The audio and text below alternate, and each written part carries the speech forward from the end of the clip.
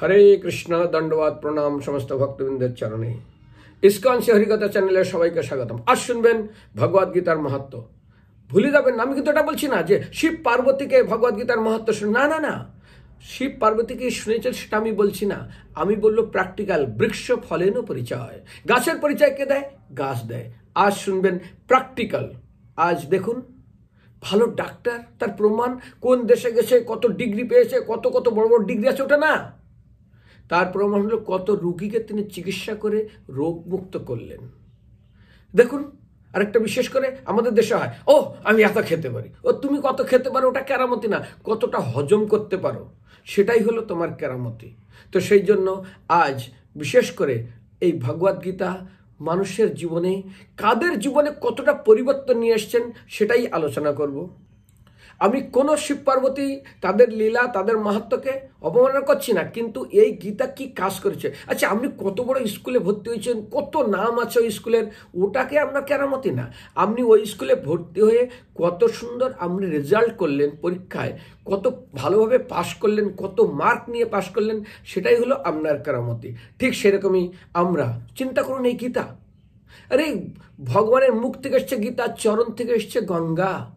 গঙ্গায় পচা, সরাট, দুর্গন্ধ, ডেড বডি যাই যাক না কেন, গঙ্গা অপবিত্র হয় না। কুকুর, বিড়াল, ছাগল, গাধা, গরু সবাই স্নান করতে পারে, সবার জন্য উন্মুক্ত দ্বার। ঠিক ভগবদ গীতা সবার জন্য। গীতা কিন্তু অপবিত্র হয় না। যদি অপবিত্র হতো, মৃত ব্যক্তি তার বুকে জামা কাপড় যা কিছু সব পুড়িয়ে দেয়, এমনকি যে বিছানায় মারা যায় সেই বিছানা পর্যন্ত পুড়িয়ে দেয়, কিন্তু তার বুকের উপরে দেয় গীতা। সেই গীতাটা যথার্থনে আবার তার বুক থেকে নিয়ে, মৃত ব্যক্তির বুক থেকে নিয়ে আবার মন্দিরে রেখে দেয়। সেটা কোনোদিন অপবিত্র হয় না। যেমন সূর্যের আলো, সে পচা সরা দুর্গন্ধ যেখানে পড়ুক না কেন, সাথে জল চুষে নেয়, সূর্য অপবিত্র হয় না।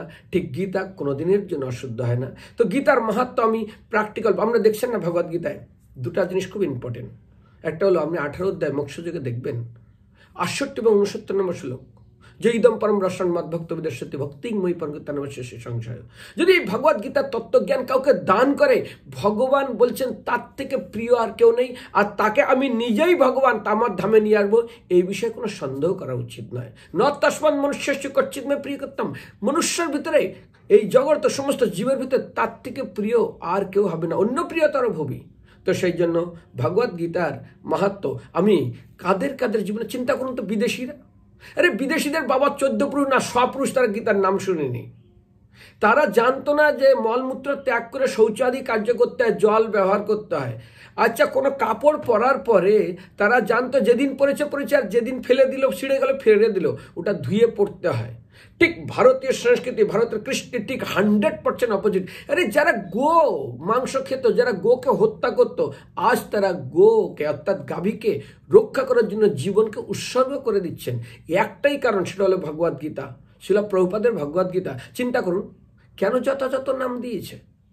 যখন কোনো পিয়ন কোনো চিঠি পায়, পোস্ট অফিসে আসে এবং পোস্টমাস্টার দেয় যাও বিলি করো, ওই পিয়ন ওই চিঠিটা খোলে না, খুলে দেখে না কোথায় কোথায় বানান ভুল আছে, কোথায় কোথায় গ্রামার ঠিক নেই, না যেভাবে আছে এইভাবে দিয়েছে। আজ প্রভুপাদ ঠিক পূর্বতন আচার্য এবং ভগবান কৃষ্ণ যে মনোভাব নিয়ে দিয়েছিলেন এবং পূর্বতন আচার্যরা যেভাবে উত্থাপন করতে বলেছেন, ঠিক সেইভাবেই আজ সমাজের কাছে করেছেন।